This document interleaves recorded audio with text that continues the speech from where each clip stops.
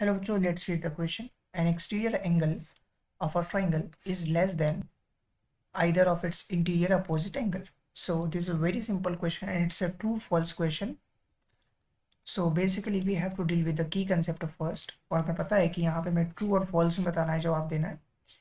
Question करें कि जो एक्सटीरियर एंगल होता है किसी ट्राइंगल का, वो उसके इंटीरियर अपोजिट एंगल के से बड़ा होता है या छोटा होता है. क्वेश्चन में है कि वो छोटा होता है या नहीं. हमें बताना है हाँ या ना में जवाब देना है. That's true false. सो की कंसेप्ट लिखेंगे sum of interior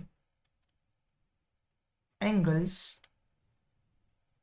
of a triangle is equal to the exterior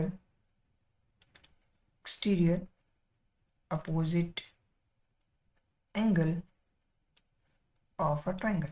ये बेसिकली हमारा रिजल्ट है. सो अगर हम बात करें, सबसे पहले हमें क्या करना है, हम कंस्ट्रक्शन यहाँ लिखेंगे. Let's draw the triangle. तो हम लिखेंगे draw triangle A B C हम ड्रॉ करेंगे एंड बी सी को हम प्रोड्यूस करेंगे डी तक.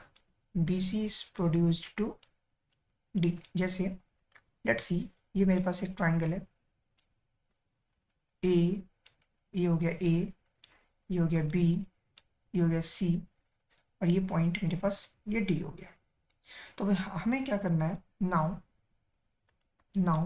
According to the key concept अगर हम बात करें तो ये लिख सकते हैं एंगल ए सी डी मेरे पास ये एक्सटीरियर एंगल है.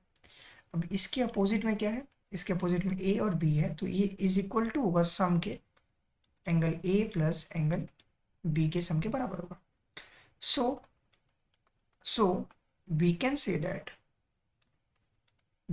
दैट क्या कि एंगल ए सी डी जो है वो दोनों के सम के बराबर है.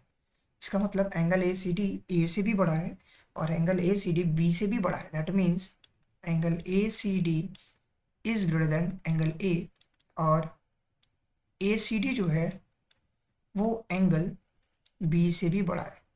ये दोनों रिक्वायर्ड इंपॉर्टेंट पार्ट है जिसमें हम ये कह सकते हैं क्या.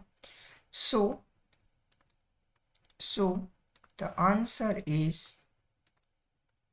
फॉल्स. आंसर फॉल्स इसलिए होगा क्योंकि क्वेश्चन कह रहा है कि जो एक्सटीरियर एंगल है वो दोनों में से कोई भी एंगल इंटीरियर में जो भी है उससे छोटा होगा. बट यहाँ पे हम देख सकते हैं कि दोनों से वो बड़ा है, छोटा नहीं है.